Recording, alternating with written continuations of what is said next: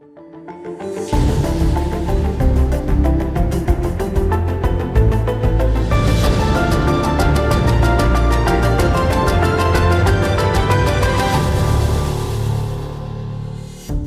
morning, everybody. Happy Thursday. We have an amazing show for everybody today. What do we have, Crystal? Indeed, we do. Many, many things that are breaking this morning. We've got domestic news. We've got international news. Tucker Carlson releasing some comments, speaking out for the first time after being canned over at Fox News. So we'll play those for you and react.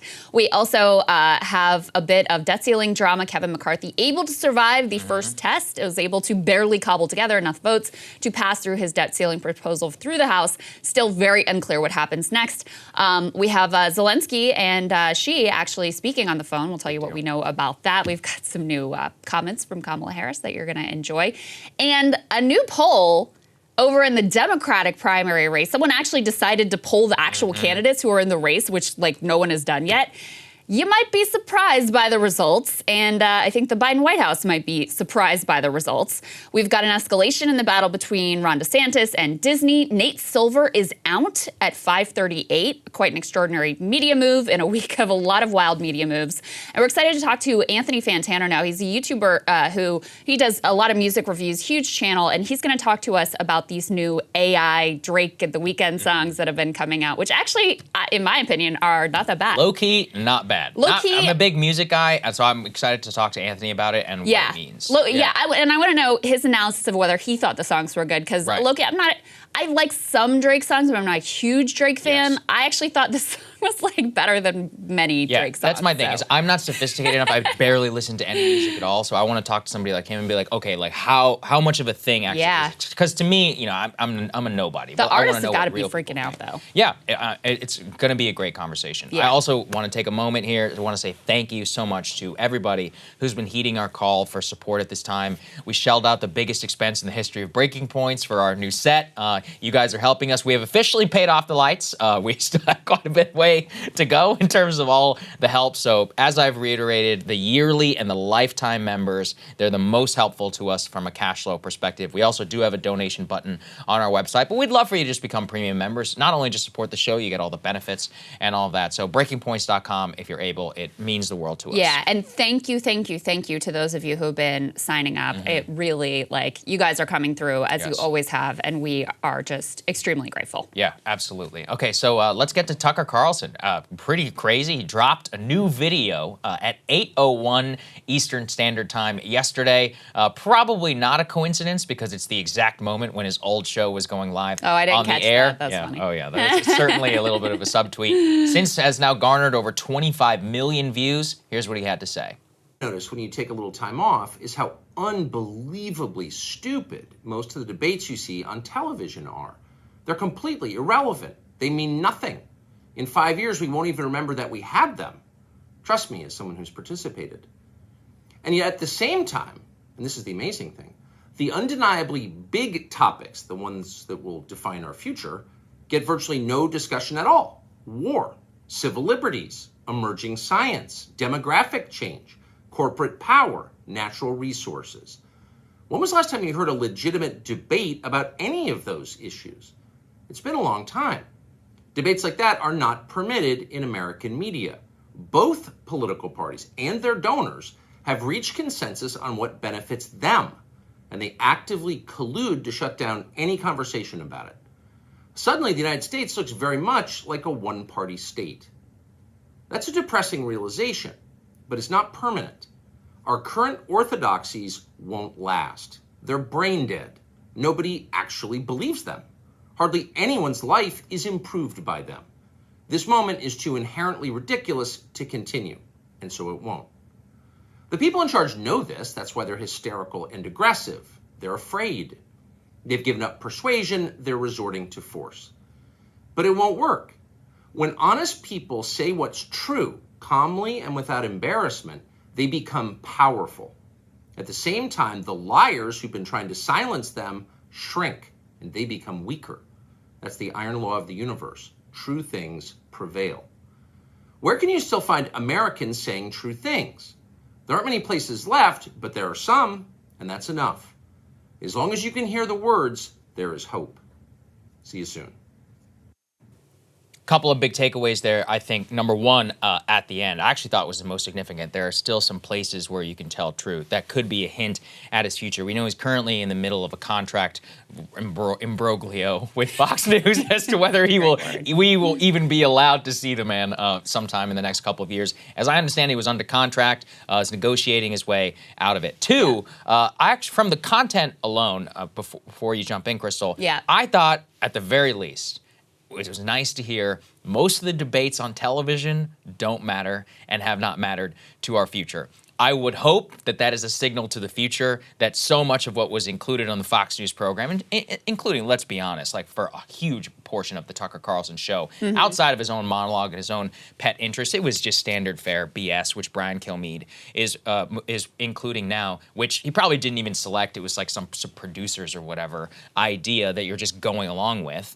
I am hoping that in the future we can move past that and actually get to something which is a genuine critique of some of the issues which he raised there in that. I'm curious what you thought of the video. I mean, I find the video kind of irritating in two ways. First of all, it was mostly like a lot of, grandiose, not really saying much of anything. Another thing, like, dude, you're not a martyr.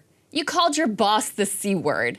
You're involved in like multiple potential multi-billion-dollar lawsuits.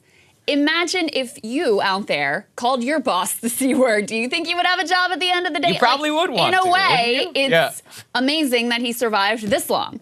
But when you have, and there's some new reporting this morning about like the extent of how like out there the text messages that were revealed in the Dominion lawsuit, not even the ones that were revealed publicly, but ones that were redacted that the company came to know about. Like they were very concerned about what was in there. Apparently in there is where, he called probably Suzanne Scott the C word. Again, this is his boss. He's implicated in this sex discrimination lawsuit from Abby Grossberg that Counterpoints covered yesterday. She claims she's got like 90 different audio tapes and recordings and whatever. Who knows what's in that, but Fox probably knows what's in that. He may be implicated in the Smartmatic lawsuit as well. All the texts that came out publicly during the Dominion thing were extremely embarrassing as well. So yeah, you look at all these, all these pieces, and you have the fact that advertisers don't want to advertise on his program.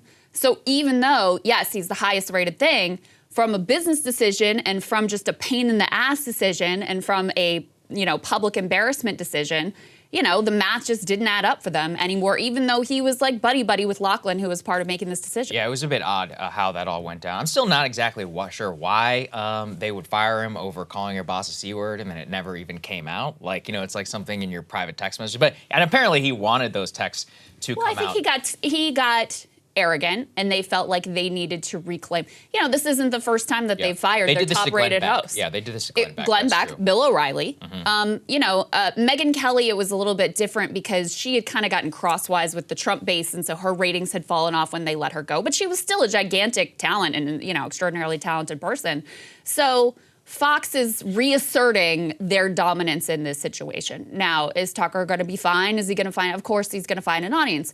Will he have the level of mainstream cultural impact and influence that he had at Fox? Doubtful. I don't know. I actually don't know about that because what we have seen already is a massive crash. Fox actually in the 8 p.m. hour, I actually was just looking at it this morning, had their worst day since pre-9/11 times in terms of the numbers at the 8 p.m. So, I mean, it's a massive crash, right? Yeah. On the hour. It actually does show me, too, which is they were able to make up their ground over O'Reilly relatively quickly. It took a couple years. It took a couple years for Tucker, but they had Hannity to come in there and hold strong. But Hannity has degraded so much in terms of his content. I'll just be kind, just leave it to the content, and say that is where he hasn't been able to make up the ground, that it is making it very difficult for them. On the Abby Grossberg thing, I have to be honest. I mean, I just was looking at this new report that her lawyers confirmed she never actually even met Tucker while working for Fox News. Says that she never met him in person because he was taping the show from his personal studios in Maine and in Florida. The more that I'm looking at the lawsuit, she's accusing him, I guess, of promoting this hostile work environment. And that's part of the why, though, the EP was the target. Right. Because he's probably the main point of contact, right? Like, there are probably 100 people who work on the show, at least in some way.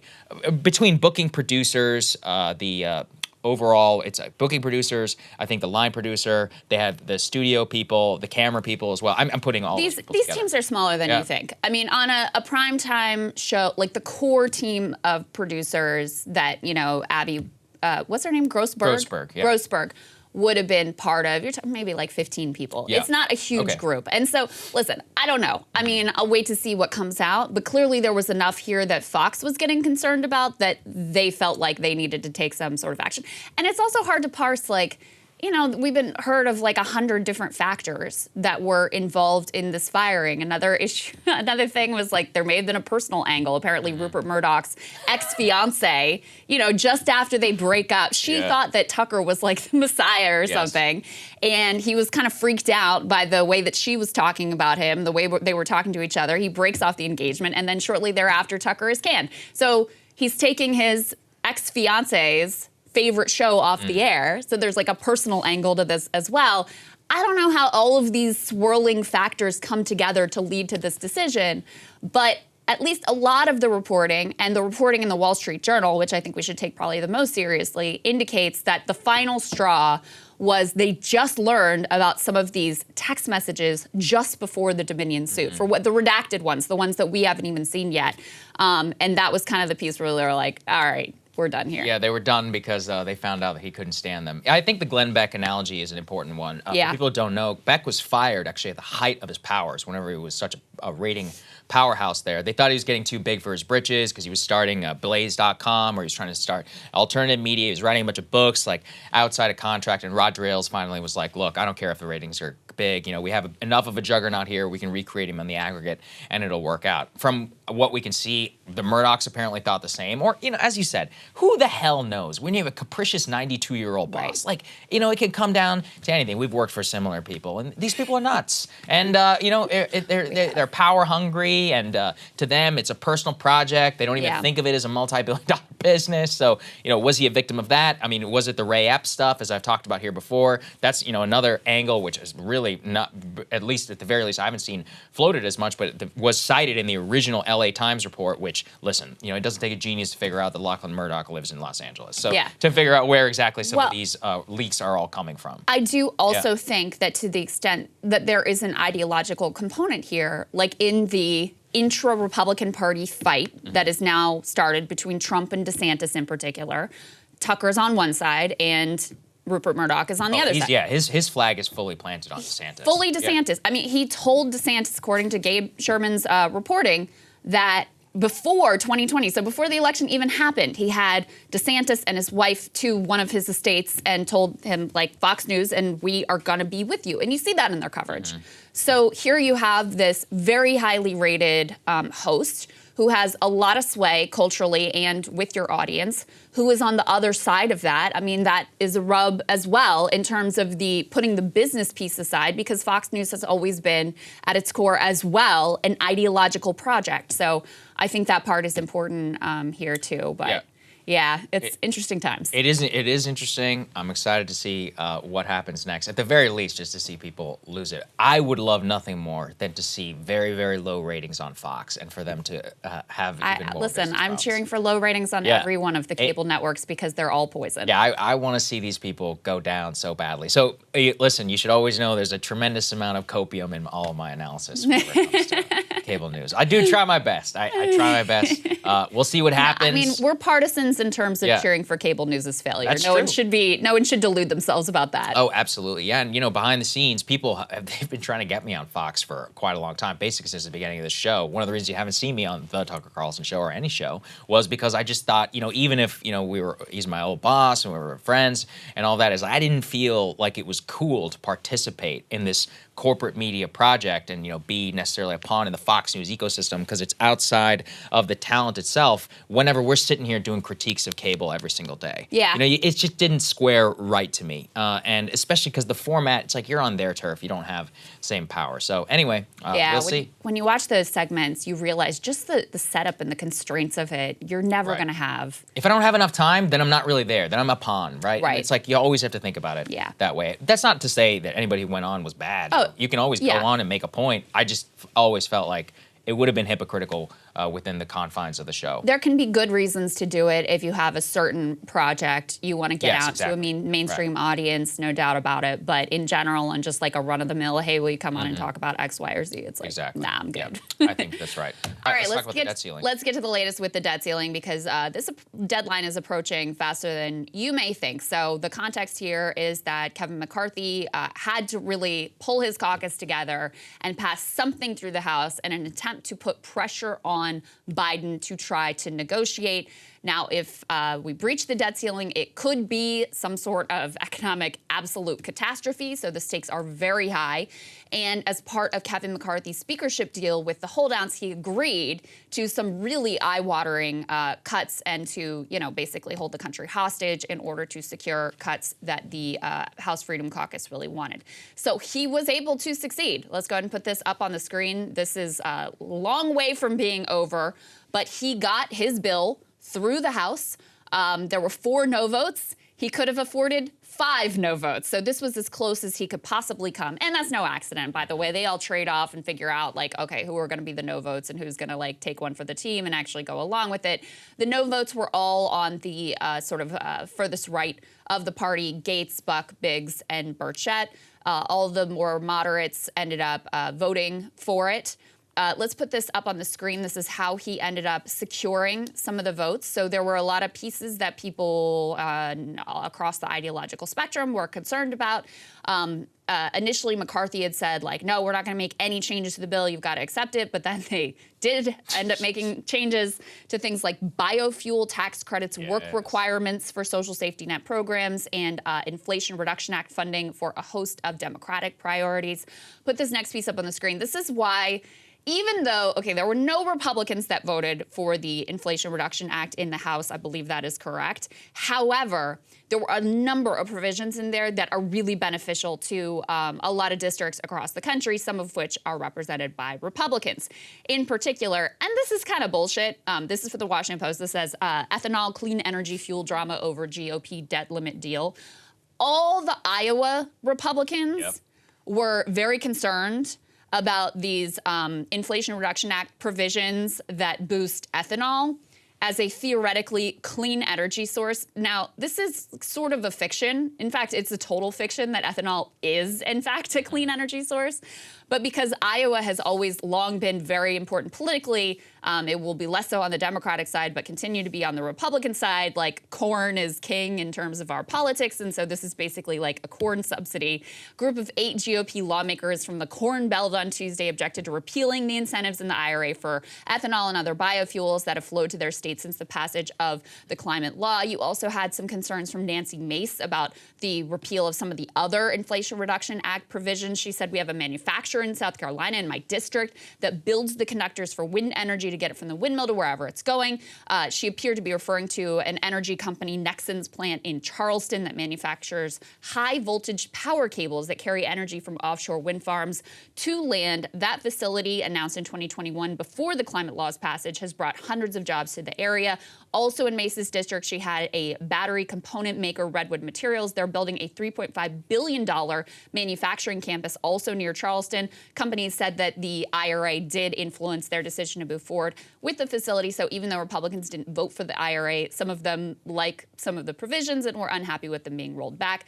Sagar, my read on how he was able to actually secure these votes in spite of the concerns is not only the little tweaks that were made, but also they know that this is not actually going to happen. Yes. So they didn't feel like the stakes of voting for this were really that high. Well, what happened basically is he said, look, I'll give you guys whatever on the ethanol, but all of us know that this isn't going to pass.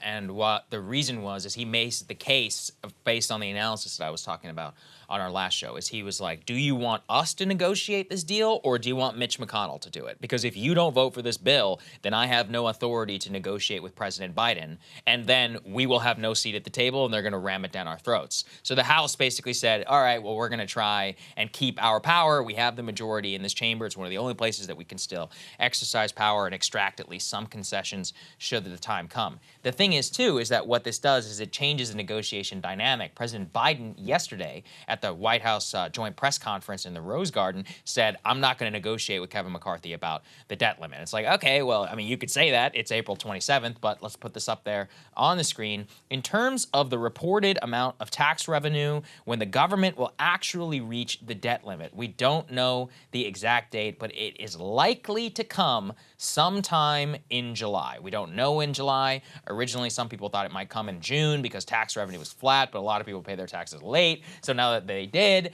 we will likely push it to sometime more squarely in July. So look, I think there will be a lot of standoff and a lot of posturing now that this is over. Who knows?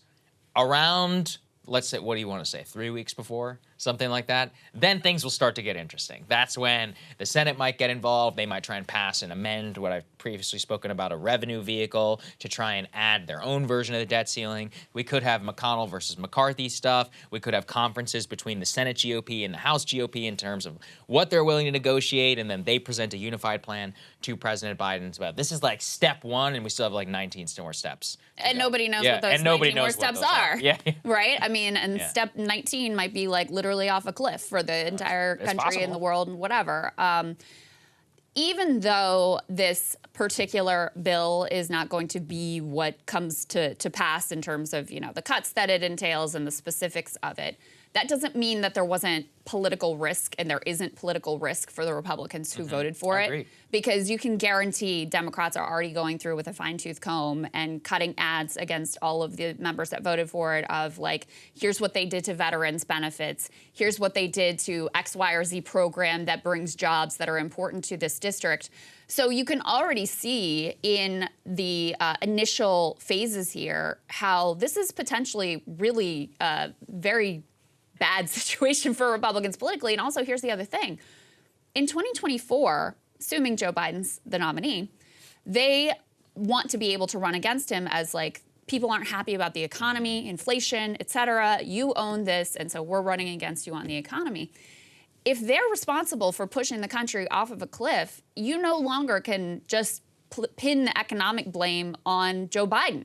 Now things are a lot muddier. They're a lot messier. And in fact, you may lose out that debate altogether. People may think that, yeah, you know what? You guys aren't good stewards of the economy, and we don't really trust you on this issue. And, we've got other issues with you on abortion and other things as well. So, I think this is a potentially, number one, I mean, the most important thing on the content, like this could be extremely damaging to an economy that's already on very shaky ground.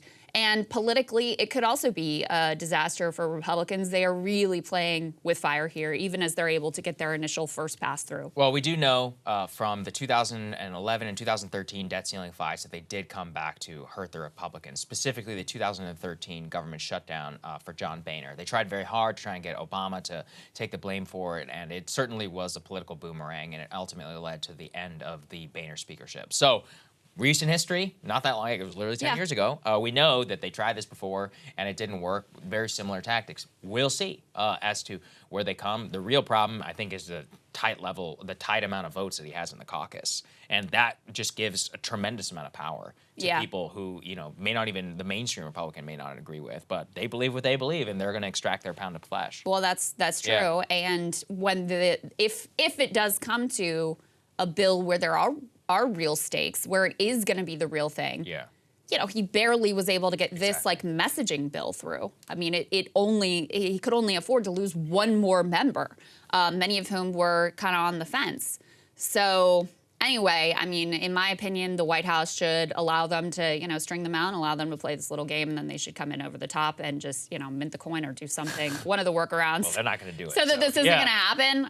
That's my opinion of what direction they should go in here. But, I have no idea how this is going to be resolved. No I clue. genuinely don't. I don't think he will do that. I mean, I think... Such an institutionalist. He's an institutionalist. We have the Budget Control Act of 2011. People should go look it up if they're interested, which outlines the way that sequestration, caps, and all that stuff will work. Almost everybody I've spoken to says that, look, default, if it ends the same way, just because all the incentives go the same way, it'll probably end sometime in there. But, look, we have no clue. They really could, they could shoot the hostage, and it could be like a economic catastrophe. And then who's going to blink first? Nobody knows. Yeah. That's right. Let's talk about Ukraine. An extraordinary phone call happened yesterday. President Xi Jinping and Zelensky of Ukraine speaking on the phone for the first time for over an hour. Extraordinary phone call. Let's go put this up there on the screen. Very good analysis from the Financial Times. They say that Xi Jinping, quote, urged his Ukrainian counterpart, this is according to the readout from the Chinese government, to negotiate with Moscow, the first conversation between the leaders since the invasion. In the hour-long phone call, Ukraine's president said it was, quote, long and meaningful, and he said it would send a special representative to all parties, this is Xi Jinping, to seek a political settlement of the war, according to this Chinese Foreign Ministry statement. The reason why this is so important is it comes on the heels, Crystal, of the peace deal that had already been released by the Chinese government. The U.S. government, of course, already shot that down. Yeah. President Zelensky, though, took it very seriously. He understands that they have tremendous economic ties, and also that, you know, China kind of represents what I would say is the other view of the Ukraine conflict outside of the West, between Beijing, New Delhi, and, you know, even in South Korea, many of these other countries, in terms of how they look at the conflict. They look at it very much as, look, this is great power. We're not saying this is just, but this is not a core national interest, and we want to bring this thing to an end as soon as possible. The thing is, though, is that if you do look at the readout by Zelensky's office, it avoids any interest in negotiation. And it says, quote, expresses hope for China's active participation in efforts to restore peace, but has dismissed the peace plan put forward by China in February, and saying that there can be no peace without a restoration to 1991 borders. So that includes not only Crimea, but it also includes all of the territory that Russia has taken. I'm not saying that is it the way that a just peace would be, but I am, you know, only saying that let's be realistic, possibly, about where we may end up before hundreds and hundreds of thousands of people are dead, and you end up in a similar situation anyways. Yeah, so there were a couple other things I thought were noteworthy. First of all, the U.S. admitted that we didn't know this call was going to happen. Yes. So once again, Ukrainians keeping us in the dark, even though we are, you know, backstopping this whole thing. Might be the only time I'd say that's a good thing. But I liked the way they had this sort of like cope of like, oh, but we're really glad it happened. Because we want the Chinese to hear the Ukrainian point of view. It's like, are you really glad it happened? Because previously you were saying that if China was able to negotiate a ceasefire, you would be opposed to it and potentially try to block it. So I thought that was noteworthy. The other question is, why now? Because Zelensky's been seeking at least a call and preferably a visit from Xi for some time. This has been floating out here. We've been talking about it for a little while. So what happened right now that led to this phone call actually occurring?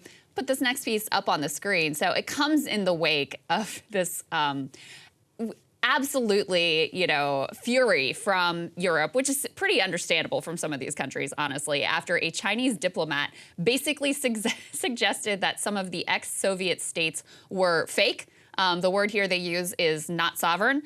And so there were comments made effectively questioning whether the post-Soviet states really had international standing by law. And understandably, the post-Soviet states were like, what the hell are you saying? And so it's right after this when Europe is freaking out over these comments that were made to a French journalist, I believe. Yes. That you know, the phone call actually That's happens. part of why I thought it was important, just to be like, listen, is this real? I don't know. Because really, China is really shot themselves in the foot with this one, saying, quote, some ex-Soviet Union countries, by saying that, don't have effective status under international law. It's also not some guys, or the U.S. or the Chinese ambassador to France. Correct. That is listen, you know, if you ever spend any time in those countries, as I have, probably nobody hates the Russians more than people like the Latvians and the Estonians. And there is nothing you could have said that would have pissed them off more than that. So, well, I mean, you basically called them fake countries. Right. So, you know, if you're a patriot in those countries, I think you're going to feel some sort of way about that. You certainly should, especially if you fought for independence for like 100 years and your, you know, grandparents and other people were killed and sent to a gulag. I get it. Yeah. So the point is that the Chinese may have just taken the phone call to appease the Europeans, because as we know, Emmanuel Macron went over to Beijing. One of the main things he was trying to do was get China to engage in some sort of peace negotiation on the side of Moscow to pressure them to end the war. We know that the Germans were over there, the foreign minister, the EU president, the commissioner was over there as well. They have been heavily pressuring Beijing to take the phone call. Beijing kind of been holding out, probably as a favor more to Moscow. Yeah. They might have just buckled here just to appease the Europeans, just to be like, look, yeah, we took it seriously. Yeah. Also, I always want to note this. When it says an hour-long phone call, that's really only only a half hour because it has to get translated 2 ways. You know, people always forget that, but it's extremely tedious actually watching this because like a guy like Zelensky obviously speaks Russian, but I don't know actually if any Chinese foreign ministry official speaks Ukrainian. But in some cases, it can be like Ukrainian to Russian to Chinese, and then it can come back, you know, on the phone call whenever these people speak. And usually they're reading from prepared statements, so it's not as serendipitous, I think, as a lot of people think. You know, every time they say, "Oh, President Biden had a 2-hour-long phone call," I'm like, so it was a 1-hour-long phone call. Yeah, half of it is translation. Yeah, people but it was still 1 hour. It's still cool. Yeah, you know, it's a significant, lengthy-ish conversation here. But I think you're exactly right. And, you know, China really wants to be seen. They want to maintain somewhat of an impression of neutrality within this conflict. And so when this Chinese diplomat made these comments, I think it made them feel like, all right, we're appearing a bit too favorable towards Russia, too partisan on their side. And so this was the way to try to clean it up and try to reclaim some sense of neutrality, even though, you know, the U.S. public doesn't see China as a neutral actor, but I think a lot of other folks around the world do. And Zelensky himself has been interested in getting them involved in trying to resolve this conflict. So that's always important to note as well. Yes. So just keep all of that in mind as it goes. But as an act, it is still extraordinary. All diplomacy, in my opinion, is good. Absolutely. I hope that these people continue to talk. They're definitely getting a very different view. It also does show you know, the Ukrainians, I've met some of them here in Washington. They can be some of the most obnoxious people on earth. Like, if you were one of those who says anything contrary to whatever their foreign ministry thinks, they call you a Russian propagandist. But clearly, you know, when the Chinese come out with a peace plan, if you said that here in D.C., as we have, we've said something similar. Oh, smeared, you know, horrific, beyond the pale. The Chinese say it, and Zelensky hops on the phone because outside of the Western context, these people are realists. They're dying. Not only are they dying, and we'll show you how much they are dying, they're running out of ammo, their economy has been devastated, and also they know how the real world works and that, you know, beyond the posturing for a bunch of people in D.C., specifically my neighborhood, who have more Ukrainian flags than American flags, that in reality is going to end one way, and they want to try and get to that point. For us, they need us in a rah-rah mode, so we keep giving them as many bullets as possible. Yep. But for the rest of the world, they're singing a very different tune. Look, they don't have the luxury of just putting up like a flag in solidarity and calling it a day. That's right. They're living with the reality of the horrors of war. And they're not stupid. They see the same assessments that, you know, we were able to see thanks to leaks that show basically like this is very likely headed to a grinding, brutal stalemate.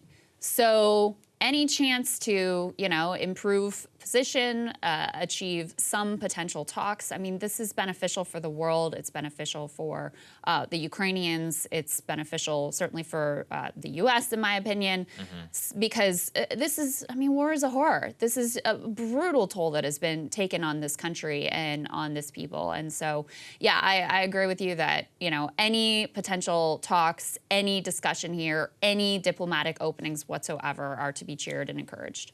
At the same time, as I just referenced, there has been brand new information out of those leaked documents that the Washington Post has only now come around to telling us. Really interesting, isn't that, Crystal? First, you know, we got to make sure that we know the identity of the leaker weeks ago. And witch hunt first. Yeah, witch hunt first, and then the news second. Let's put that aside. They're the only ones with the docs. As I've said, I'm long waiting for these docs. If you have them, please send them so that I won't write them with stupid headlines like this one, because they really bury the lead. In the trove of leaked documents, the U.S. government estimates between 124,000 and 131,000 Ukrainian soldiers have been killed or wounded since the start of the invasion. That is 5 times what Kyiv has publicly disclosed. I'm not saying, you know, look, in this particular case, I understand why Kyiv lied to the world. I probably would too if I suffer devastating losses, and you don't necessarily, of course, want the enemy to know how badly you're doing. Russia also has suffered tens of thousands of hundreds of thousands possibly of casualties. Nobody knows what the actual figure is. But what do we learn from that? It's not even close to the number that not only the Kyiv government has been giving us, but the American Kyiv propagandists in Washington. They're saying, look at how few the losses are, the ratios, they're doing so well. Well, this entire Washington Post article is using the peg of these leaked documents to underscore how difficult the Ukrainians are having a time to draft men between the ages of 18 and 60 into the country and having reinforcements. They're talking specifically about how reinforcements are getting killed or being wounded on the front line in such a fast turnaround that they're having difficulty replacing them with fresh recruits. And on top of that, who's going to replace the recruits themselves who get wounded or who get killed? In some cases, they're talking about drafting and bringing people in the military at 52, 55, or whatever years old. Nobody does this unless the stakes are existential. Yeah. You know, you can go back and think about the Virginia, you know, the last stand of the Confederate Army, and when there, you know, anybody who was basically an able-bodied man, I think the age was 15 to 65 or whatever, was thrown into the military. Yeah, it was crazy. But World War I, very similar. I've actually personally visited the grave sites of 15, 16-year-olds who were killed in the British Army in France. The point is that, you know, whenever things get really existential, that's whenever you see anyone, the very young and the very old, begin to fight and die in the conflict. And it also does show you and really raises questions around the spring offensive. Now, I think we've all learned enough lessons about predicting how the spring offensive can go. Who knows? Did very well last time. It blew apart all expectations. Clearly, you know, Bakhmut still has not fallen. They're throwing an extraordinary amount of man and materiel, but can't underestimate the toll. Yeah, you know, no, that's like right. saying, you know, that's like saying in 1915, well, it's like, well, the line is held in Verdun. I'm like, yeah, but, you know, 150,000 people are dead. Yeah. So is it a victory or not? Yeah. I don't know, you know? There were some extraordinary details in this report. You know, we previously talked about how Russia had just passed a new law to make it more difficult to avoid the draft there with these like e-draft notices that, you know, you're assumed to have been served with your draft notice and you're barred from leaving the country. And if you don't show up, then you're subject to all sorts of, you know, you can't take out a loan, you basically can't do any banking, your life is sort of shut down if you don't report to a draft office. And you see some measures being taken in Ukraine as well. And they have reporting in this piece about the methods that military-age men are taking in order to try to avoid fighting in some instances. There are others who are willingly signing up, just as there are in Russia, others who are willingly signing up and want to be involved in this war. So they said that previously officials could only deliver draft papers to people's homes. Some avoided the notices by staying at different addresses than where they are officially registered. New rules have widened the scope of places where men can be stopped and questioned about their draft status. It's also important to keep in mind that they point out here, martial law has been in place in Ukraine since February 2022, and it bars most men between ages 18 and 60 from leaving the country at all. Under mobilization rules, any man in that range can theoretically be called to fight. Exceptions are made, including for students, parents with 3 or more children under 18, caretakers of disabled dependents, and those deemed medically unfit, among others. So I think this just, you know, it underscores the horrors and the human toll and the number of people who are being fed into a meat grinder here, and there's nothing to say about it other than it's awful and it's horrifying. It certainly is. And also a big development here in terms of our politics. Governor Ron DeSantis giving an interview while he was abroad in Tokyo to Nikkei. Let's go ahead and put this up there on the screen with a direct quote about what he said around Ukraine. Quote, "The Europeans really need to do more on Ukraine. I mean, this is their continent. The U.S. has provided for security for them.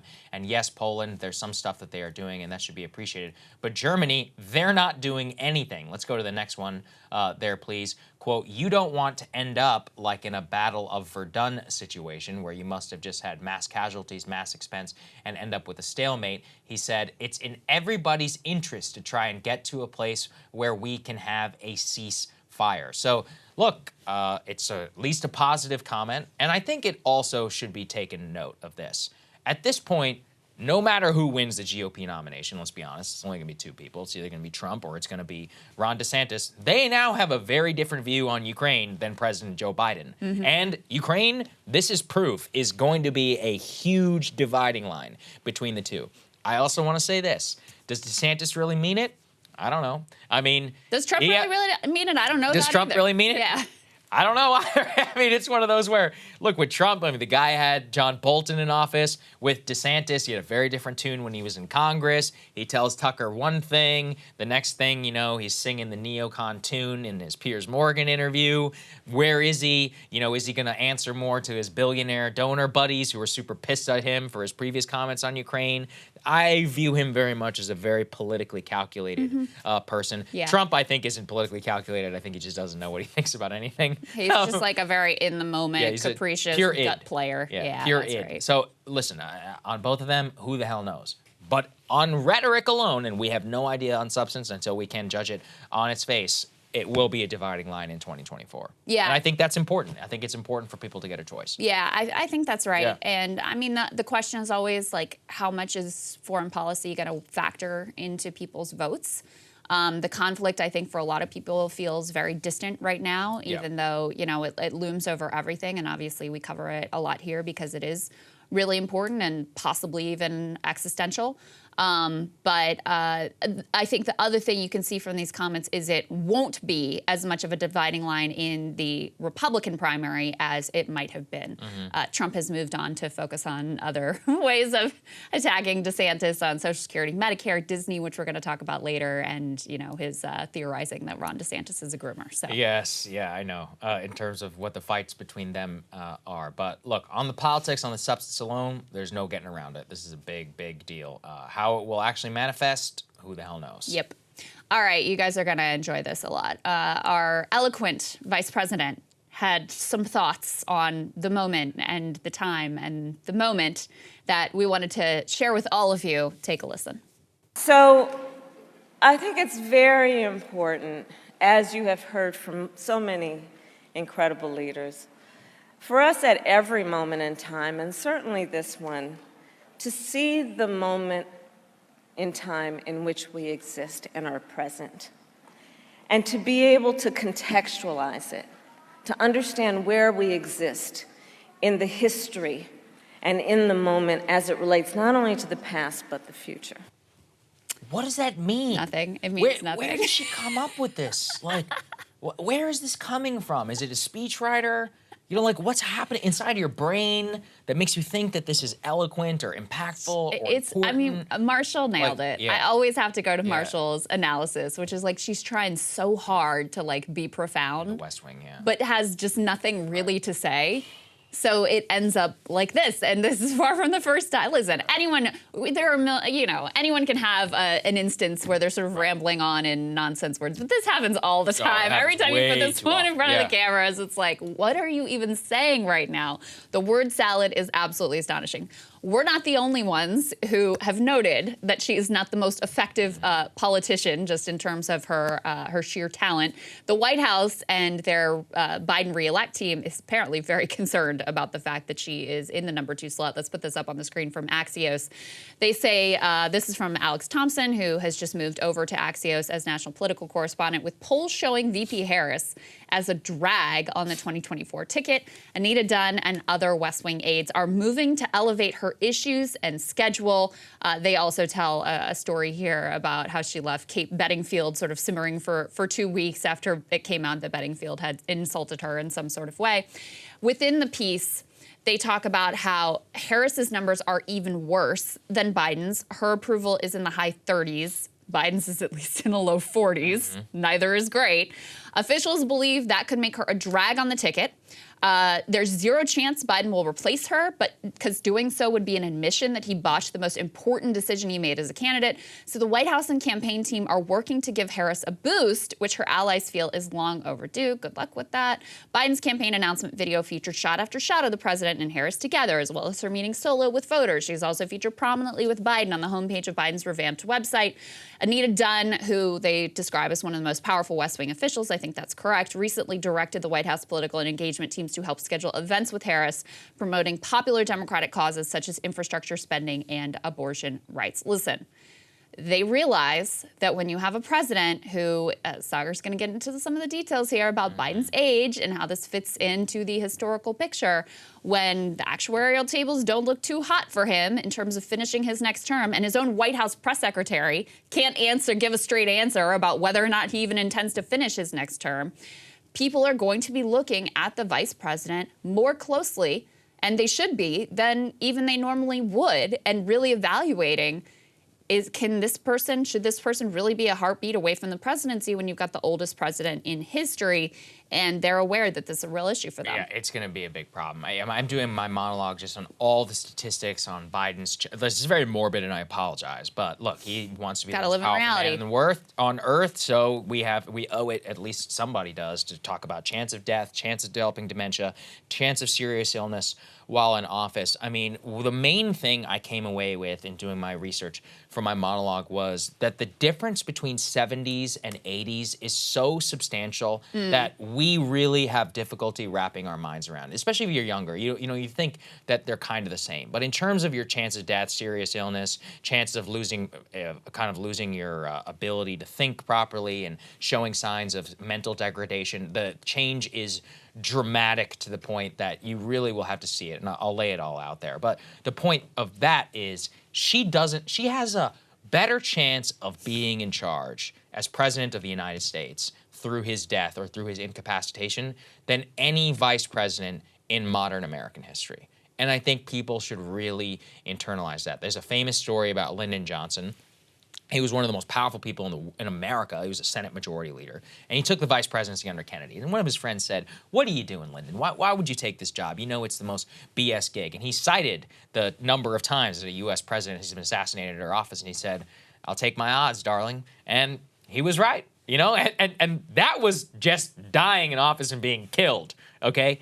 That's not serving for the oldest man to ever hold the Oval Office. Yeah. Really put that in perspective. So outside of the very real risk, actually, of being, I hope this doesn't happen. I'm just saying, if you look at the statistics, all the history of that, of dying in the Oval from unnatural causes, the risk of natural causes is exponentially higher than any man who's ever held the office. I mean, we're talking about an age here where a single fall could be death. And once again, I don't want it to be. I hope that doesn't happen. But we have to be realistic, and he is asking us to put a tremendous amount of faith, not just in him, in his ability to live, in his ability to conduct the job, and then to select this woman as possibly our next commander-in-chief. I could never pull the lever for her, ever. I also think it's incredibly irresponsible that his team and him have seen her inability to rise to the moment and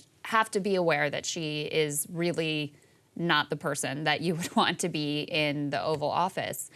But out of hubris and out of a fear of admitting a mistake, they won't make another choice. Yes. I think that really says something as well, that, they see all this stuff as just a game, like it's just about the polls and the politics of it. And it's like, no, you have massive power and massive responsibility. That should be your first and foremost consideration. Not saying he's any different from other politicians in that regard, but I think it's worth reflecting on that choice, that they know this is a problem.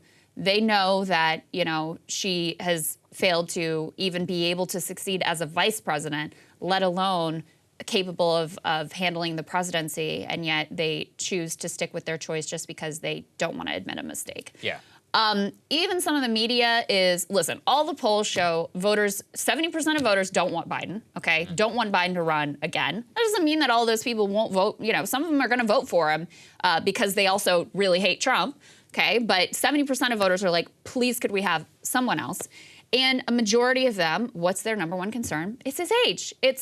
We aren't confident that he's going to be able to effectively and competently serve another term. So there has been a little bit of media scrutiny on this question, and he was recently asked about some of these issues. Let's take a listen to a little bit of that. You've said questions about your age are legitimate, and your response is always, just watch me. But the country is watching, and recent polling shows that 70% of Americans, including a majority of Democrats, believe you shouldn't run again. To age, and polling data. I noticed the polling data I keep hearing about is that I'm between 42 and 46% favorable rating, et cetera. But everybody running for re-election in this time has been in the same position. There's nothing new about that. You're making it sound like Biden's really underwater. With regard to age, I can't even say, I guess how old I am, I can't even say the number. It doesn't register with me. But the only thing I can say is that one of the things that people are going to find out is they're going to see a race, and they're going to judge whether or not I have it or don't have it. I respect them taking a hard look at it. I take a hard look at it as well. I took a hard look at it before I decided to run. And I feel good. I feel excited about the prospects.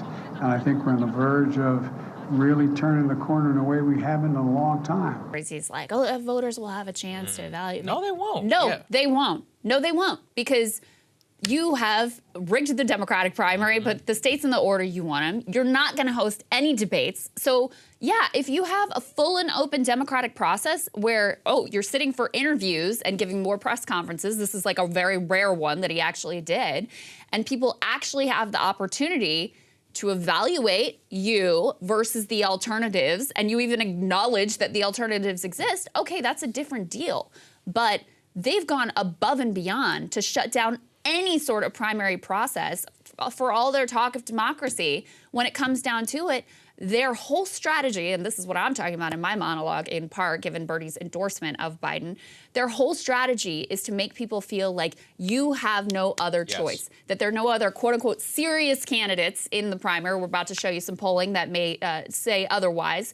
And in the general election, Trump is so bad that it's effectively no choice as well. They don't want a democratic process. They want a coronation. They want people to feel they have no other option. Yeah, I think you're right. We're going to talk very specifically about the polling, which is insane, which the media would really rather that you not hear about. And altogether, I just think that the way he has handled it is outrageous. And I also just do want to show everybody a little bit behind the scenes, which we always try to do here. Put this up there on the screen.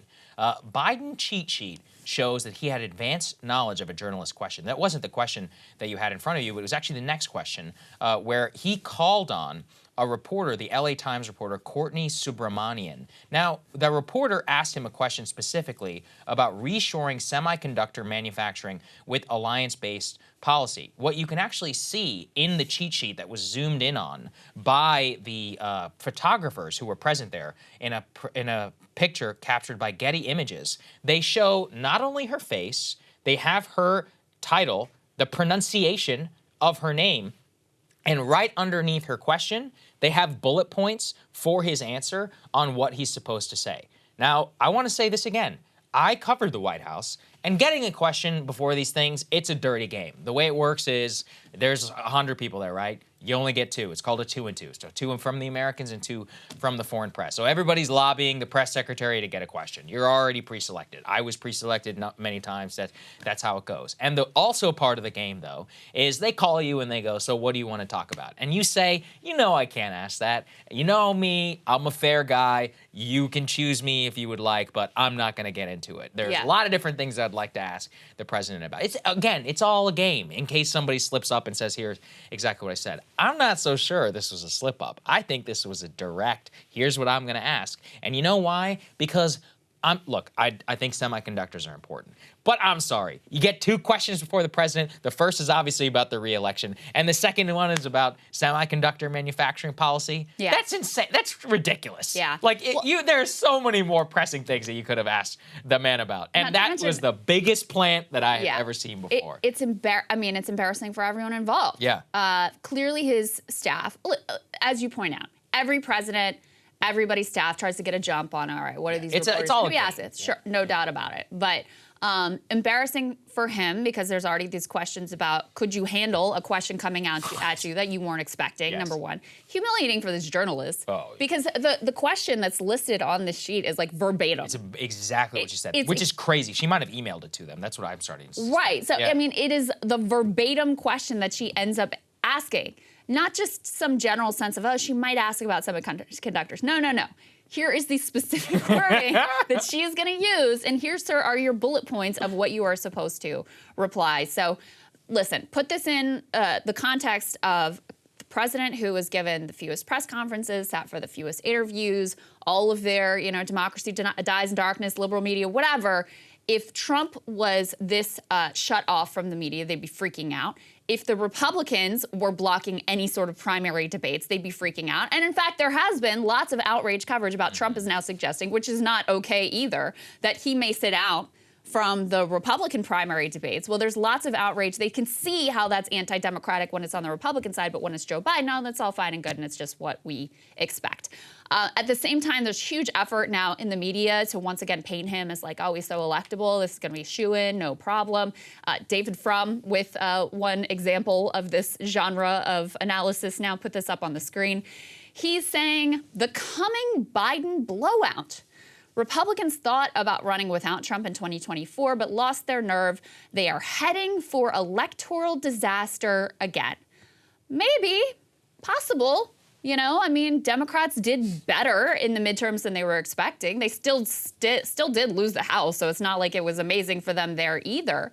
Maybe people are so done with Trump that they suck it up and vote Joe. I think that's a very possible outcome. I also think it's a very possible outcome that we end up with Donald Trump back in the White House again if he ends up being the Republican nominee. And also, by the way, it's not clear to me that DeSantis or another Republican candidate is actually more electable than Trump either.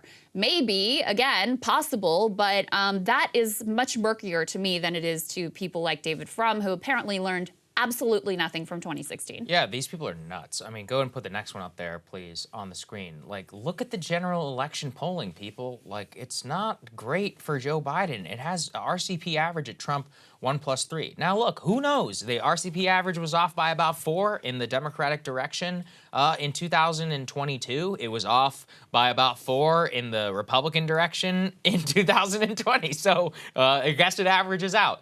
I don't know which way to read that. What I do know is, Crystal, if it's off by 4, and so basically unless you're leading by anything out of that, you're within the margin of error. And if you're within the margin of error, well, you can lose or you can win if you're Trump. So maybe have a little bit of humility about what the hell is going on. They are all cheering for Trump to be the nominee once again, and they learn nothing. They learn absolutely nothing. And also, by the way, many of these people became very wealthy and famous in opposition to Trump, so they have their own sort of incentive as well for him to be the party nominee on the Republican side. Absolutely right. At the same time, so there have been a million polls of the Democratic primary race, and normally what they do, and I have never understood this, is they'll put a whole laundry list of candidates in there who have no intention of running, who've said they're not going to run. I mean, they've polled like Michelle Obama and all these people who were like, I am not running in the primary, but they'll put this whole laundry list of candidates.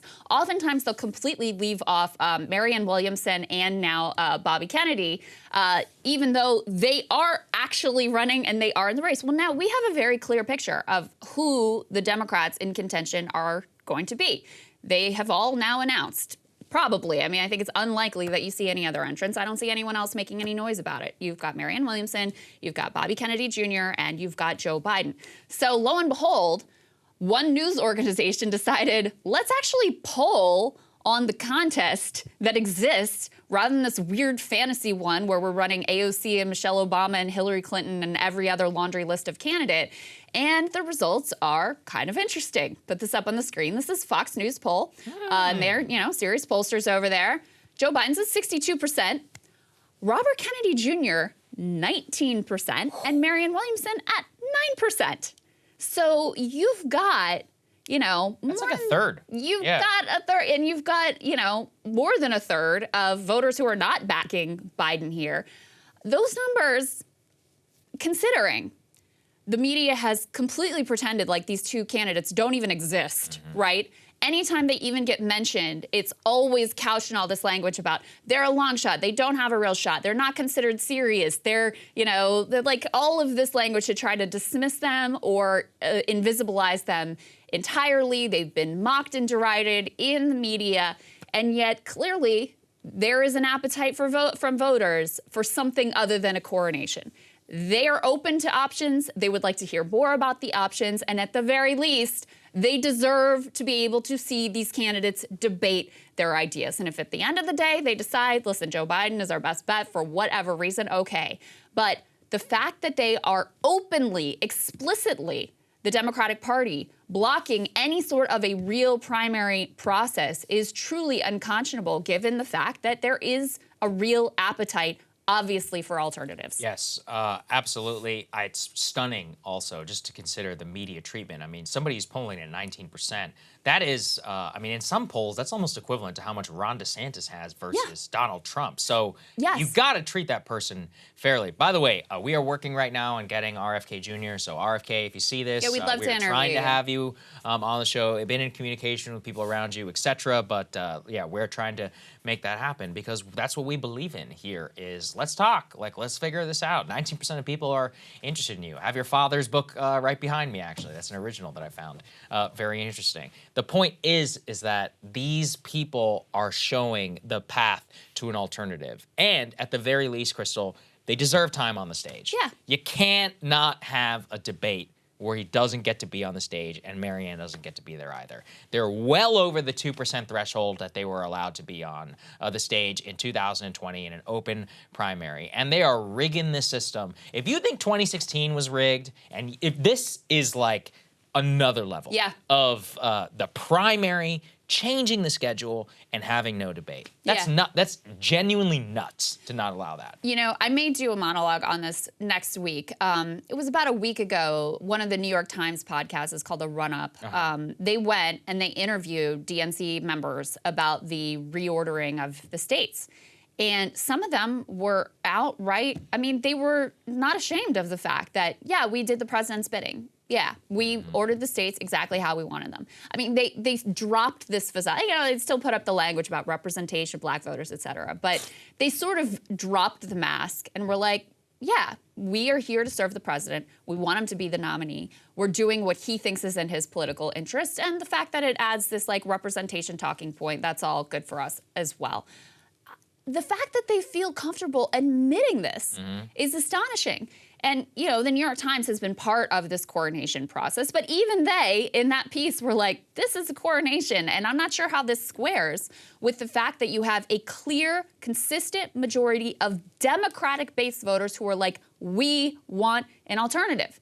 And yet everybody on the party, party elites, from every ideological corner, including Bernie Sanders, who immediately bends the knee hours after Biden announces that he's running for re-election, all of them coalescing behind him in what is a very, very anti-democratic and sort of outright authoritarian fashion. Again, the very least that people deserve is to be able to hear these candidates that they clearly have some interest in. And guys, whether you want them to be or not, are clearly serious candidates as judged by the American people. They deserve to hear them debate. Absolutely. Real democracy. Yes. We've got an escalation we can tell you about this morning between Ron DeSantis and Walt Disney Company. So this is not necessarily a surprise, but put this up on the screen. Disney is officially suing Florida Governor Ron DeSantis. This came down yesterday on Wednesday over, they say, the Republicans' takeover of its theme park district, alleging the governor waged a targeted campaign of government retaliation after the company opposed a law critics call Don't Say Gay. That lawsuit was filed in Tallahassee minutes after a Disney World Oversight Board appointed by DeSantis voted to void a deal that gave the company authority over design and construction decisions in its sprawling properties near Orlando. Here's the quote from the company. They say, Disney regrets that it has come to this, but having exhausted efforts to seek a resolution, the company is left with no choice but to file this lawsuit to protect its cast members, guests, and local development partners from a relentless campaign to weaponize government power against Disney in retaliation for expressing a political viewpoint unpopular with certain state officials. Just a brief reminder of how we got to this point. Disney has a sizable LGBTQ fan base or customer base. They also have positioned themselves as being sort of allies. So when this quote unquote Don't Say Gay bill passes in Florida, they were under a lot of pressure to say something. They put out this, you know, sort of late and not all that strong statement about it, but in opposition to it. DeSantis takes it as an opportunity to stand up to the woke corporation. And what they take aim at in particular is this Reedy Creek Improvement District, which is a crazy, it is a crazy On its thing. merits, this is nuts. So since the 60s, Disney has effective control. Like, they run their own town. They tax themselves. They can issue bonds. They can build a nuclear power plant, apparently. They just have control of this whole thing. Now, this has been beneficial in certain ways for the state because Disney's obviously brings in lots of tourist dollars and generates lots of economic activity. They employ tens of thousands of people in Florida, so that's been the partnership. And it's very clear that DeSantis decided to retaliate. I mean, I don't think anyone can look at the situation and come away with any other idea than he decided to retaliate against them because he didn't like the political perspective that they were offering. Disney pulled kind of a fast one on DeSantis, though, and it left him looking a bit foolish because at the very end, before they put the DeSantis appointees on this Reedy Creek Improvement Board, the Disney favorable board passes this development deal, effectively taking control away from the board and handing it back to Disney. So now DeSantis has been maneuvering with his appointees to try to undo that and unravel that, et cetera. And now we're at loggerheads with this lawsuit. The other piece of this from a political perspective, I've got some polling on this that shows it's a little bit muddy how this is all going to work out for him, is after Disney was able to pull a fast one on him and get the upper hand, a lot of his Republican adversaries came out, including Nikki Haley, but including, most importantly, Trump, who said he's getting killed by Disney and this is all a PR stunt. And he really planted his flag very aggressively in opposition to what DeSantis is doing here, and also just trying to paint DeSantis as like weak and foolish that he got played in this way. So DeSantis has been scrambling to figure out what to do. And just as a reminder, he had a kind of weird press conference where he was floating like, oh, well, maybe in response, I'm going to build my own theme park, or maybe I'm going to put a prison next door to Walt Disney. Take a listen to what he had to say. Maybe have maybe create a state park, maybe try to do more amusement parks. Someone even said, maybe you need another state prison. Who knows? I mean, I just think that the possibilities are endless. And so that is now going to be analyzed to see what would make the most sense. So let me just say, Sagar, on the legal merits, I genuinely have no idea. Yeah. It's very complex, You're not Florida property law experts. No. Yeah. So I have no idea how this will be resolved legally. I will say, from my general knowledge of the American legal system, gigantic corporations who can hire, spend billions of dollars on attorneys if they want to, they often have an upper hand in these disputes, and Disney clearly sees this as close to existential, very, very important to them. So that's all I can really say about it. Here's the issue for DeSantis. You said you were going to pick a fight with Disney. So now if you lose, you look weak. And if you come at the king, you best not miss. And Disney, that's it. They run that state. It's like, and look, at least when the Georgia legislature went after Coca-Cola, they actually won, or with MLB.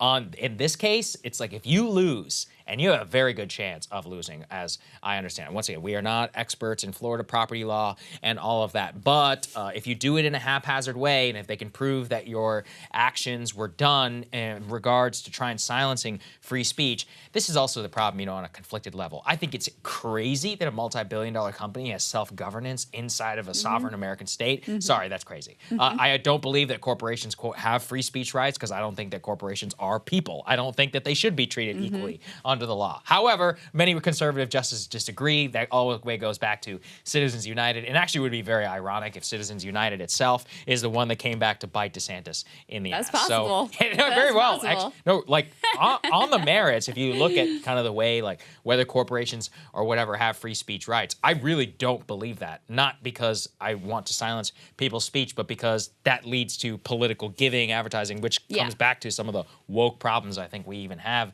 in the first place. Put that all aside.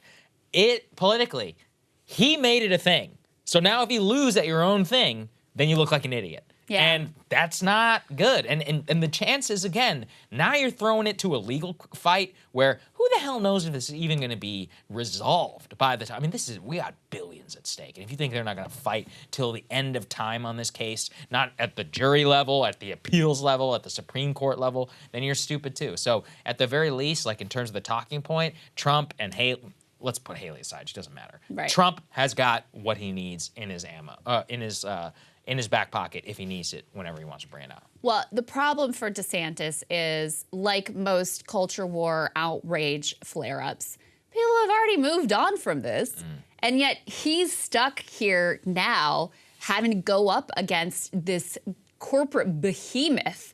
So this is going to suck up a lot of time and attention, because the upside at this point, if he wins, the upside is not that great, because people have already moved on to, Bud Light or whatever the next thing is going to be a minute from now. But the downside risk for him is massive. And Trump clearly already smells blood in the water and is going for the jugular. And if he does lose against Disney, or even appears like he's losing against Disney, Trump is never going to let you hear the end of it.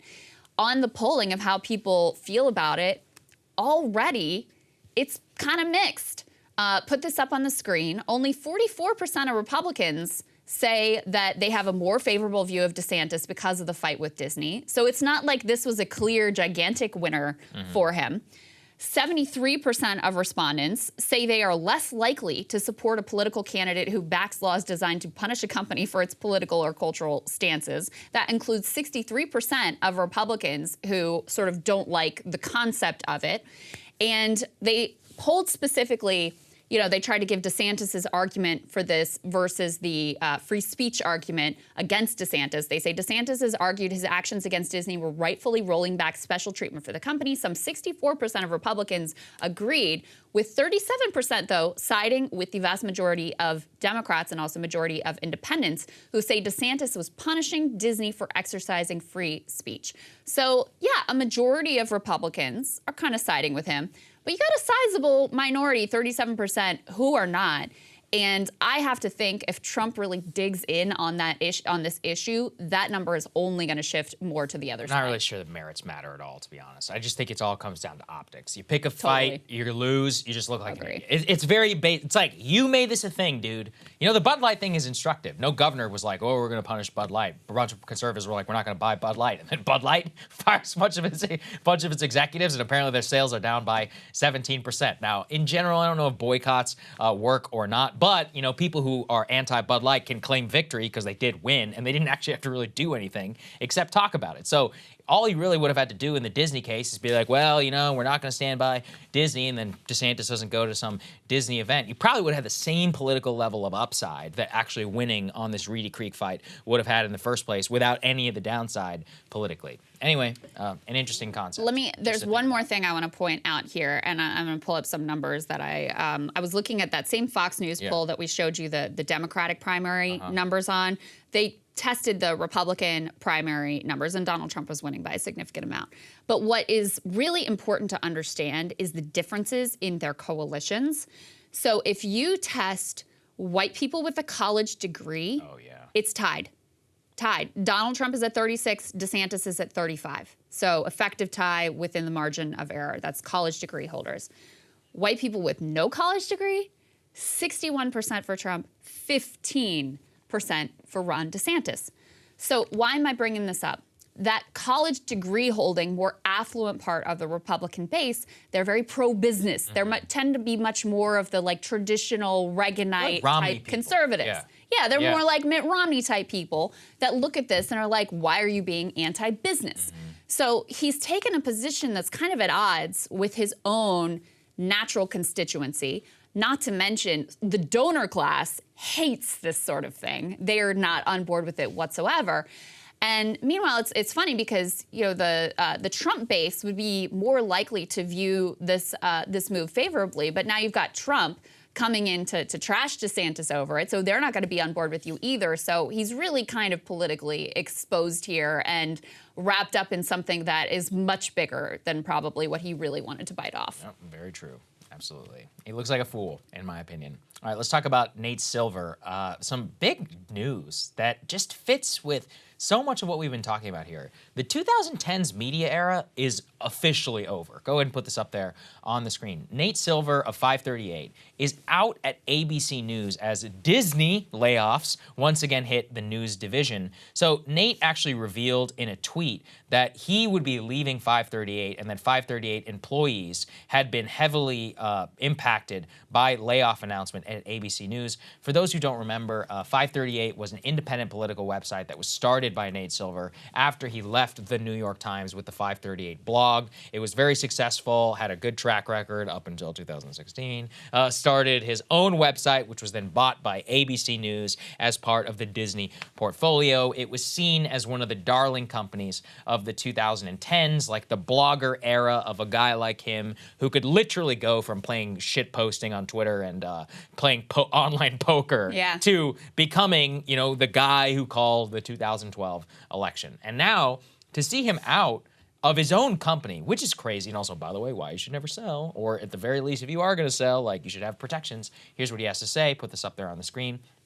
Disney layoffs have substantially impacted 538. I'm sad and disappointed to a degree that's kind of hard to express right now. We've been at Disney almost 10 years. My contract is up soon. I expect I will be leaving at the end of it. I've been worried about an outcome like this and have had some great initial conversations with opportunity elsewhere. Don't hesitate to get in touch. I'm proud of the work 538 staff. It's never been easy. I'm sorry to the people who have been impacted by this. I put this together with a couple of things. The end of BuzzFeed News, the decline, and let's go back in time. It's 2012. Silver is a rock star. His book was called The Signal and the Noise. That book was like #1 on Amazon after his model called the 2012 election. This guy is like getting, you know, book contracts and money's being thrown at him at 5 from the New York Times. Everybody loves this guy. BuzzFeed News, they're the hottest thing on the block. Mike.com, they're killing it for millennials. They're crushing it on Facebook. You've got Gawker, right? Gawker still exists. All these companies. Gawker's on the upswing, like they're swinging and punching. And now it's 2023. It's a decade later. They're all dead. They're gone. It's crazy. Like hollowed. Business Insider's still around, I guess, if you want to have a paywall for clickable articles. And then Vice is, I don't know what the hell is going on over there. To be fair, I think Vice was the best of all of them. I loved Vice. I'll always stand by some of their early content. But I think they very much lost their way. And Shane Smith made some questionable business decisions, which certainly benefited him personally, but which didn't necessarily work out for the company. They're still trucking along, I guess, but it's not even close to the level that they were. Or look at Vox Media. Vox Media was one of the biggest startups of the 2010s, built on the click model era. And now their two founders, one is on Substack, Matt Iglesias, and Ezra Klein works over at the New York Times, and his wife works for The Atlantic. It's like you either became an institutionalist or you went independent. There really was no in-between for this click-based media. So I'm looking at it almost as a meta story, just to say, wow, man, the blogger era is dead. All of the big bloggers who everybody thought was going to be the new it thing, they made the wrong bet. They thought that they could sustain themselves on the click model or in partnership with traditional media, and they got burned. The ones who went independent, they're still trucking along and they're doing okay. Yeah. With regard to this particular business decision, and you and I were talking about this, I honestly, from Disney's perspective, I don't quite understand it because I think it's weird. I'd have to know, I guess, more than numbers, but I feel like Nate Silver is a bigger brand than 538. Like, if anything, and I have to think the burn for the whole 538 operation would be more than this one guy, even though I'm sure he's very well paid. So I find it a little strange from a business decision perspective. But putting that aside, what all of these companies have in common is that they're built on a business model that just doesn't really work anymore. And they were unable to adjust. That's really the bottom line. And some of them, there were ideological issues as well. I do think the whole polling analysis industry was certainly hurt by the unexpected results in 2016 and by the fact that in every election since then, the polls have been off in some significant way. So people just don't look to the polls as the gospel that they used to. Nor should they. Let's be honest. No, they absolutely shouldn't. And so I think that,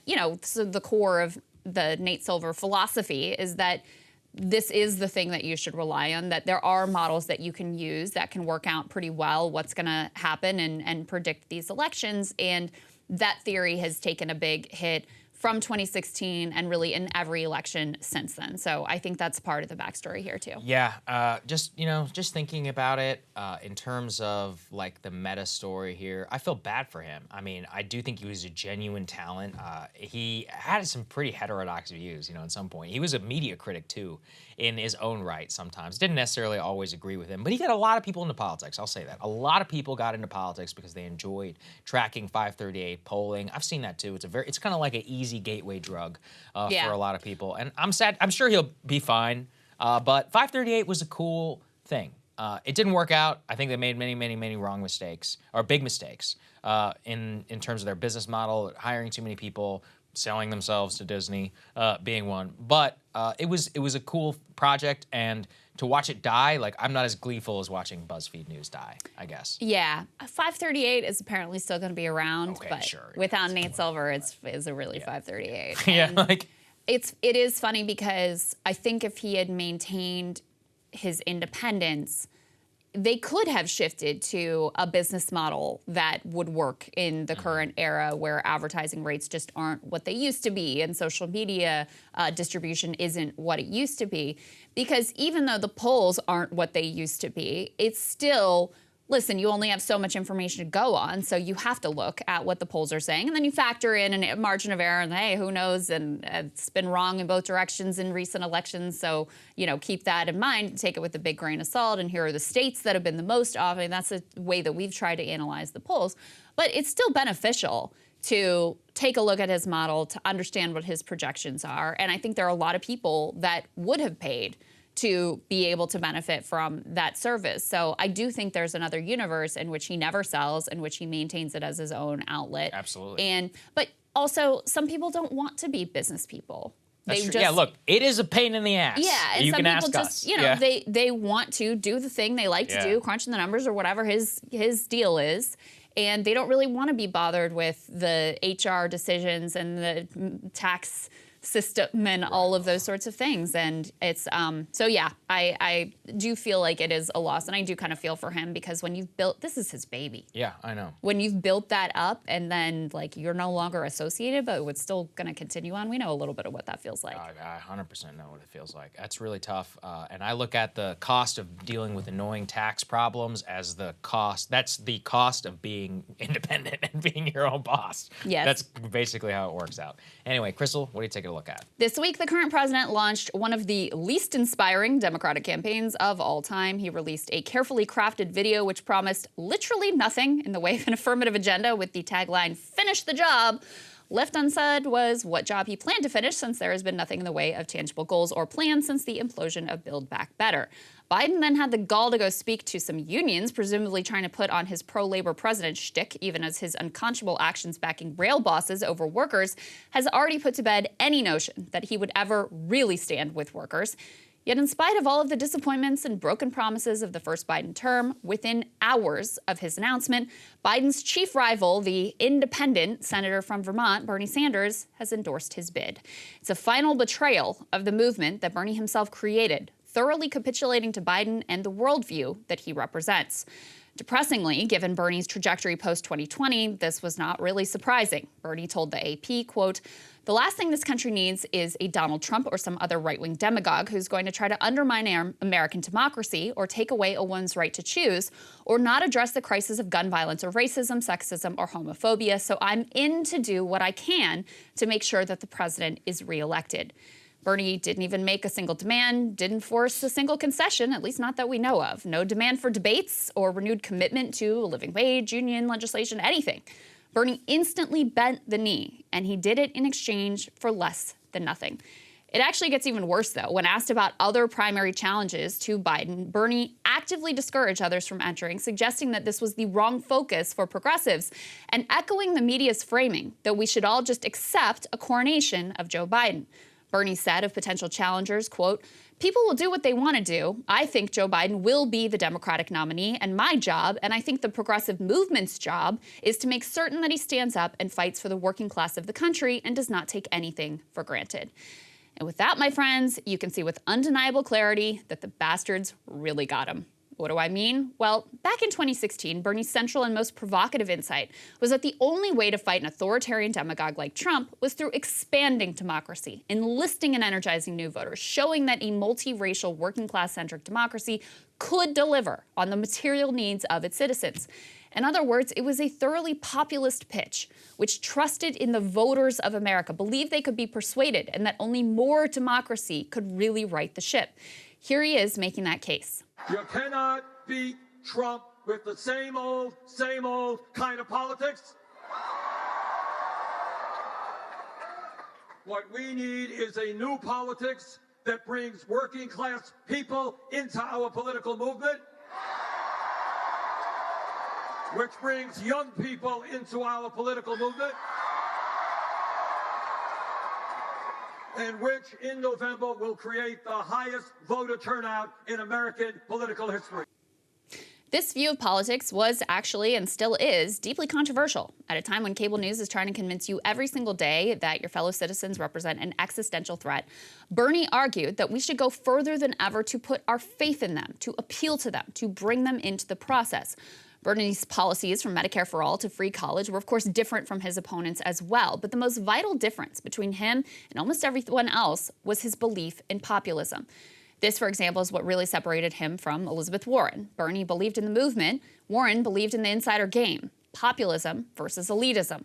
Now, the counter-narrative to this populist approach was argued by Hillary, Biden, and all the rest. They argued that the threat from the right was too dire to leave up to untrustworthy, deplorable voters. They argued, in essence, don't worry your pretty little heads about your policy desires or candidate preferences, because the serious people will tell you who you absolutely must vote for in order to fight fascism. Sadly, that counter-narrative has been very successful. They convinced much of the Democratic base that their fellow Americans were terrifying, racist, and generally evil. They used this belief to justify an anything-goes politics that included rigging the 2016 primaries, rigging the Iowa caucuses in 2020, and the Obama-Clyburn media collusion that foisted Biden on voters in 2020 as well, smearing anyone who dissented from this as a fascist or a useful idiot or a grifter or some other terrible thing. Democratic elites are, of course, running this playbook again. Biden's message to the majority of Democratic voters who don't want him and the overwhelming majority of all voters who don't want him is you have no choice. You have no choice in the primary because, according to the elites in Washington, no, quote, serious opponents are running. And even if there was an elite-certified serious choice, the Democratic Party has already rigged the primaries and killed all debates to try to guarantee a Biden coronation.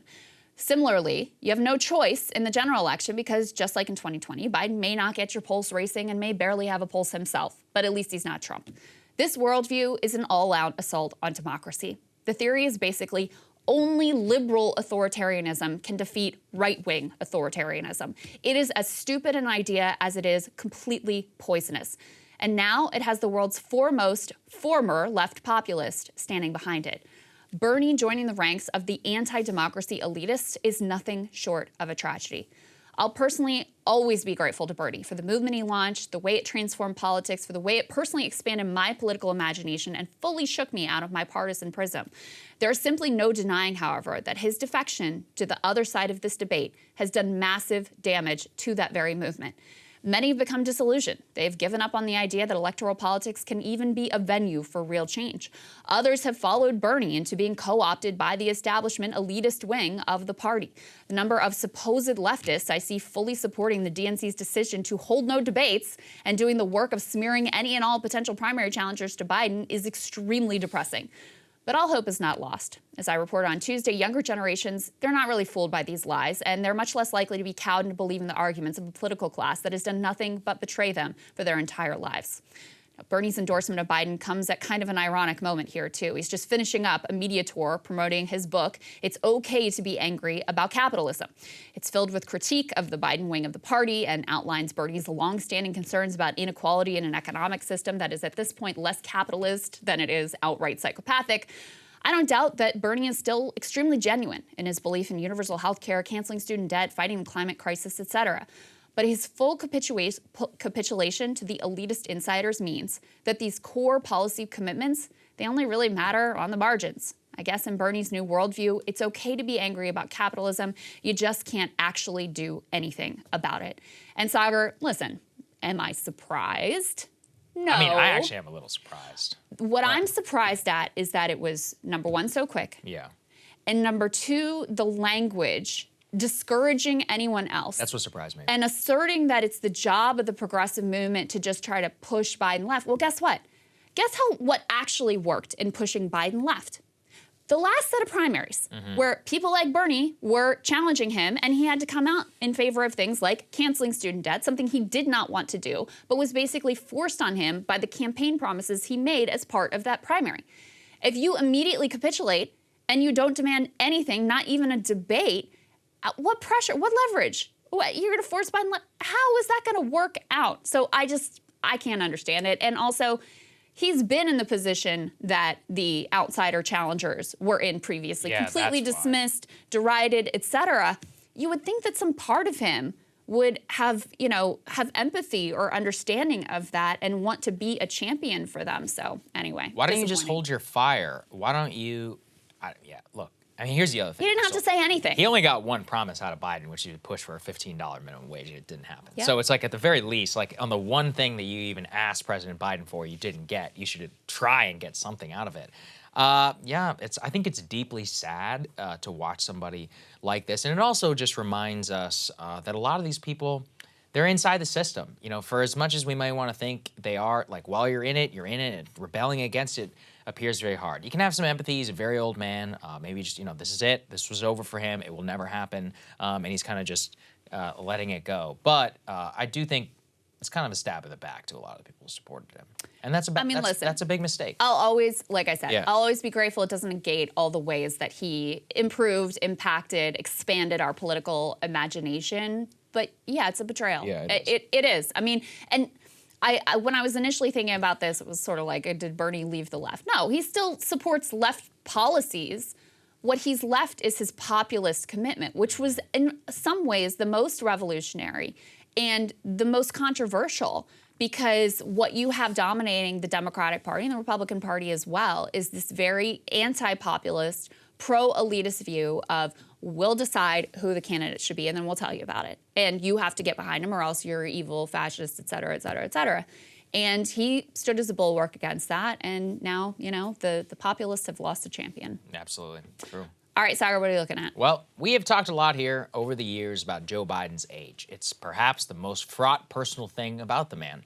Anyone with eyes can see he's not who he once was. And yet, if you discuss his decline, you're immediately maligned as some disgusting ageist or as someone who discriminates against old people or against stuttering that miraculously reappeared when he started pushing 80 years old, and that didn't exist for his entire professional life. In light of Biden's official announcement that he's running again in 2024, the country needs to be allowed to have a discussion that everyone is thinking. Is it responsible to put someone in the Oval Office who will be pushing 87 years old if he were to leave in January 2029?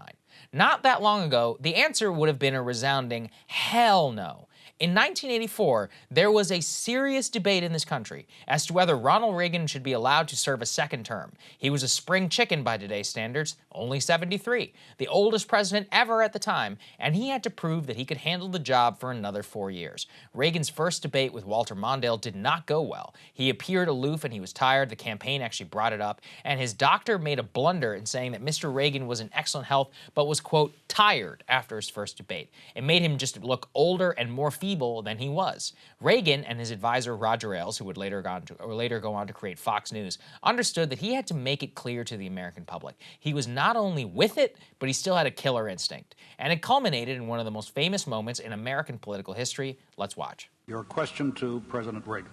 Mr. President, I want to raise an issue that I think has been lurking out there for 2 or 3 weeks and cast it specifically in national security terms. You already are the oldest president in history, and some of your staff say you were tired after your most recent encounter with Mr. Mondale. I recall yet that President Kennedy had to go for days on end with very little sleep during the Cuba Missile Crisis. Is there any doubt in your mind that you would be able to function in such circumstances? Not at all, Mr. Truitt, and I want you to know that also I will not make age an issue of this campaign. I am not going to exploit for political purposes my opponent's youth and inexperience. That was it. He even made his opponent laugh. The country loved it, and he won one of the biggest victories in history. Of course, maybe that shouldn't have been enough, though, because when Reagan left office, he abruptly retired from public eye, and he'd been suffering from the onset of Alzheimer's or dementia. There were a lot of questions about that.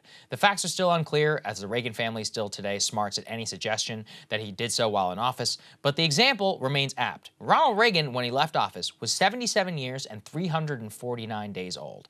That was on the day he left. Biden, on the other hand, was 78 years and 61 days old the day he took the oath of office. Extraordinarily old from day one.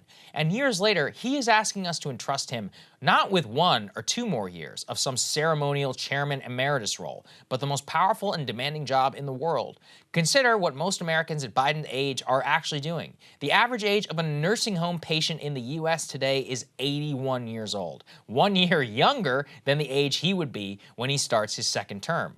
I often joke that people should take a look at actuarial tables. And I decided to do it myself. Statistics compiled by the Social Security Administration. Today, at age 80, President Biden has a 4.7% chance of dying in 1 year. At 82, the year that he would be sworn in for his second term, he has a 5.8% chance of death. The next year after that, he would 6.5% chance, a 7.4% chance the year after, an 8.3% chance the next, and a whopping 9.3% chance of death his last year in office. I understand this is very morbid, and to be clear, I hope nothing but the best for him. I hope he lives a long and a prosperous life. If he were retired in a nursing home, like many people his age, it wouldn't matter. But it does matter. When he has to make the most important decisions in the world. Note, I too have discussed the probability here of only death, which is incredibly high in the 9th decade of life for most Americans. But what about mental fitness like dementia? Here the statistics are also troubling. The risk of dementia grows exponential from age 70. Only about 5% of adults between 70 to 79 years old have dementia. 16% of those adults between ages of 80 to 89 have it, and 22% of adults from age 85 to 89. In other words, given his age, he already has nearly a 1 in 5 chance of having dementia if he doesn't already. And every day he gets closer to 86, his risk goes exponential. That's just dementia. What about the odds of just being in reasonably good health? Already at age 80, Biden has less than a 50% chance of being in reasonably good health if you look at overall population data. As you can tell, the risk of remaining so and not developing critical illness dramatically increases over time. By 86, when he would have left office, the odds of having no serious illness are less than 20%. Once again, I understand this can sound callous, but let me tell you something that people who work in the medical field all know. There is a titanic difference between being in your 70s and being in your 80s. You don't even have to ask me. Look at this clip of Joe Biden from 2017 on The View when he was just 75 years old. And you have said that if Beau hadn't gotten sick, he would have. Do you regret not running? No, I don't. It was the right thing to do for me and for my family. And look, Beau wanted me to run, yeah. and Hunt and Ashley, they all did. And when Beau passed, Hunt called a family meeting and said, look, we Bidens always do better under pressure. Why don't we use this as a way to rally and stick together and fight through this? And so about August, I said, okay, I'll go look at it. I'll look at it. And I went out to go to the mayor of Denver, who's a great friend and a supporter, wanted me to run. He's still there. And I landed at Buckley Air Force Base, a military base. And I got off the plane, make a long story not quite so long, there was a whole group of military guys and women at a rope line. I ran over to shake hands, tell them how much I appreciated them. He's not the same man. I've got eyes and ears, as do most of you. It's not fun to think about this, and that's a movie story. But people near their last years in life, they have a responsibility to themselves and to others. You gotta be honest about your limitations. Biden and the media, they don't even want us to talk about this. When you have nearly a 10% chance of natural death when you have the most important job in the world, I would venture to say it's one of the most important things for us to consider. Do with this information what you will, but you at least should have it. I mean, this is the thing I was trying to say. It's like, people think 75 to 80 doesn't sound all that different. But again, look at the actuarial table. The risk of death when you're 75 is actually not that high. It's like 1%, something like that. But when you're 80, I mean, you know, I'm laughing, but a 1 in 10 chance of natural death is crazy, you know, whenever you're 86 years old in your last year in office. And I mean, I'm just at a point where I don't know if he will get through his second term. Those are just natural people who are in the prime of their lives, who are enjoying retirement. They don't have the stress of being president, the travel. I mean, even jet lag sucks when you're a healthy, normal person. When you're 86 and you're flying across the world like Tokyo or Singapore, that's a real problem. Like 1 hour's lack of sleep, that causes people to have heart attacks during daylight savings time. I mean, the counter to that is you could say, okay, but he also has like the best medical care in the entire world, so you factor that in. Medical care don't solve these problems. Think about the difference between the strategy that Ailes crafted for Reagan, which is you got to show you're quick. Yes. You got to show you got that killer instinct. Right. And so here's our plan, and here's how you're going to go out there and prove to the American people that you were up to the task. The strategy here is we got to hide you from the American people so they don't see how bad this has gotten. If Biden was up to the strategy that Reagan employed, that is what he would do. Yeah, and it would work if it was true. Correct. Yeah. Because, listen, yes, you know, the actuarial tables and in general, et cetera, but not all 80-year-olds are created the same. I'm only talking about averages. Right. Some people age, you know, extremely well, and they're still quick, and they're still with it, et cetera. But we know from the fact that he's launched his campaign with a video. There are no rallies planned right now. The concern about him launching now was they fear this was all reported out in what was it, the New York Times, his aides fear the rigors of the campaign. He got rescued last time around by COVID. There was an excuse for him to not really campaign. He doesn't have that excuse this time around. And so they're just trying to do as little as they can possibly get away with and try to give him every support and prop so that his gaffes, if we'll call them that, are as few and far between as possible, and it doesn't really set into people the decline that you have just demonstrated over the past 5 years. Because, yeah, they're worried about that, as we covered earlier. They're worried about people then going, all right, well, let me evaluate then Kamala Harris for this job, and worried about the conclusion the American people will come to over that. And as much as they may not want to really discuss it, voters are consistently saying this is a top concern for them. Because you're not stupid. All right. Yeah. A lot of people, even Democrats, right? Democrats, by and large, they feel a lot of affection for Joe Biden. They feel a lot of appreciation for the fact that he defeated Donald Trump and did what needed to be done at the time in their view. They still want to move on because they can see with their own eyes that the direction that this is heading in. Yeah. And look, I mean, if you take the average of that chance of death, that's almost 6 or 7%, over the course of the rest of his presidency. That is very, very high when we're talking about natural cause of death within 1 year of life. And then consider how many years he still has to go if he were to be reelected. Anyway, we got a great guest standing by, Anthony Fantano. Let's get to it. Guys, we had some scheduling issues with Anthony, but we'll get it done as soon as possible. If we're able to, we'll tape it and we'll release it a bit later to all of our premium subscribers. We'll make sure that we get him on the show because we're actually really excited to speak with him. But thank you all so much for everybody who's heeded the call, has been helping us out. So many of you have stepped up, and to so many others who can become premium members. It just means the world to us, especially the yearly and the lifetimes. At breakingpoints.com, you're helping us out. The new set, it's coming in. You're helping us out at our cash flow crunch that we've got going on here. And otherwise, we've got great content for you all through the weekend, and we will see you all on Monday. Love y'all. See you Monday.